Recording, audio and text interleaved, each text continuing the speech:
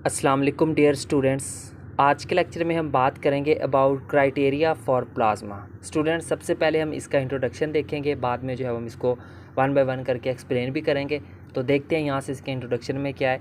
A plasma is a quasi neutral ionised gas. अब हम जानते हैं कि जो प्लाज्मा है वो क्या है, हमारे पास एक क्वासी न्यूट्रल आयोनाइज्ड गैस है, ठीक है, जो कंसिस्ट किस पर करती है, consisting of positive and negative charge particle, जो कि पॉजिटिव और नेगेटिव चार्ज पार्टिकल्स के ऊपर कंसिस्ट करती है। हैविंग कलेक्टिव बिहेवियर, और जिनके पास क्या होता है, उनका कलेक्टिव बिहेवियर होता है, ठीक है। An ionised gas must qualify following criteria to be plasma. किसी भी आयोनाइज्ड गैस को अगर प्लाज्मा बनना है तो उसको एटलीस्ट ये जो फॉलोइंग कुछ क्राइटेरियाज होंगे उनको उसको फॉलो करना पड़ता है। उसमें जो क्राइटेरिया नंबर 1 है वो क्या है हमारे पास, यहाँ से देखते हैं।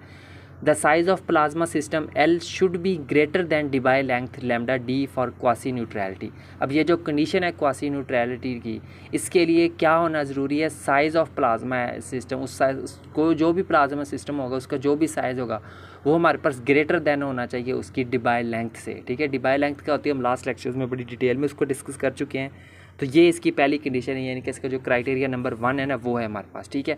सो आगे देखें, the applied voltage should be shield over small distance lambda D as compare to the size of plasma, यानी कि जो वोल्टेज हमने अप्लाई किया हुआ था, ठीक है, वो शील्ड होना चाहिए, यानी कि ठीक है, ओवर अ स्मॉल डिस्टेंस, ठीक है। इसको आप नाम भी लिखें तो फिर भी काम चलेगा। तो बहरहाल इसमें हमारे पास जो पहला क्राइटेरिया है वो क्या है हमारे पास, ये है कि उसमें जो उस प्लाज्मा सिस्टम का जो साइज़ है ना वो डिबाई लेंथ से क्या होना चाहिए, काफ़ी बड़ा होना चाहिए, यानी कि वेरी वेरी ग्रेटर देन होना चाहिए, ठीक है।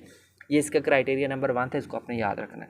उसके बाद बात करते हैं इसकी प्लाज्मा क्राइटेरिया नंबर 2 की। यहाँ से देखें, the number of plasma particles N D in Debye sphere should be greater than unity. अब दूसरा इसमें क्राइटेरिया क्या है, जो नंबर ऑफ प्लाज्मा पार्टिकल्स होते हैं जिसको हम एन डी से रिप्रेजेंट करते हैं, इसकी वैल्यू किससे होनी चाहिए, इस डिबाई स्फीयर में इसकी वैल्यू जो है वो यूनिटी से क्या होनी चाहिए, ग्रेटर होनी चाहिए, बड़ी होनी चाहिए, ठीक है।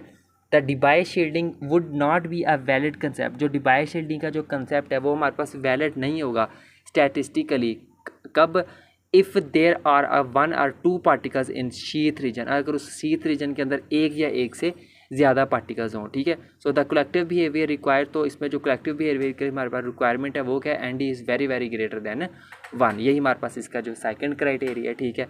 तो उसके बाद यहाँ से देखिए, the collective effects of ionised gas of plasma dominate over collisions if N D is very very greater than 1। अगर हमारे पास एन डी की value very very greater than 1 हो तो उसमें जो कलेक्टिव इफेक्ट है उस आयोनाइज्ड गैस को, उस प्लाज्मा की, वो पूरे के पूरे कोलिजन्स के ऊपर क्या करता है, डोमिनेट करता है, ठीक है।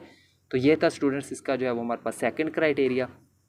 उसके बाद देखते हैं इसका थर्ड क्राइटेरिया हमारे पास क्या है, प्लाज्मा क्राइटेरिया नंबर 3। यहाँ से देखते हैं, the character of the collisions of charge particles and there mechanism in plasma is different from the collisions of neutral particles. यानी कि जो करैक्टरिस्टिक्स होती हैं कोलिजन्स की, चार्ज पार्टिकल्स की, ठीक है, और उनका जो मैकेनिज्म होता है प्लाज्मा के अंदर वो बिल्कुल डिफरेंट होता है उन कोलिजन्स का जो कि न्यूट्रल पार्टिकल्स के आपस में होते हैं, ठीक है। सो यहाँ से देखें, during the collisions of neutral particles, अब जब न्यूट्रल पार्टिकल्स आपस में कोलाइड करते हैं, there are abrupt changes in the direction of the movement, तो उनकी मूवमेंट के अंदर ठीक ठाक चेंजेस आती हैं, अब्रप्ट चेंजेस आती हैं, ठीक है। बट इन प्लाज्मा के अंदर क्या होता है, the changes in direction caused mostly by the interaction with the electric field. लेकिन प्लाज्मा के अंदर क्या होता है, जो चेंजेस होती हैं वो उसकी डायरेक्शन में होती है, वो किस वजह से होती हैं, इंट्रैक्शन की वजह से होती हैं, जो कि इलेक्ट्रिक फील्ड के साथ होती हैं। और वो जो चेंज इन डायरेक्शन है वो क्या है, मोस्टली क्या होती है हमारे पास, स्मूथर होती हैं, ठीक है। The mean free path can be as the average distance during which particles turn about 90 degree from the original direction. अब इसमें जो मीन फ्री पाथ है वो क्या हो सकता है, वो एवरेज डिस्टेंस हो सकता है जिसमें जो पार्टिकल्स है ना वो अपनी ओरिजिनल डायरेक्शन से 90 डिग्री के एंगल के ऊपर टर्न लेते हैं, ठीक है। तो ये था स्टूडेंट्स इसका क्राइटेरिया नंबर 3।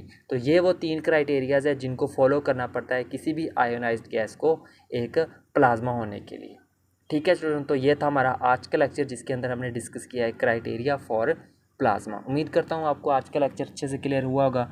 मिलते हैं नेक्स्ट लेक्चर में किसी और टॉपिक के साथ, तब तक के लिए टेक केयर एंड अल्लाह हाफिज़।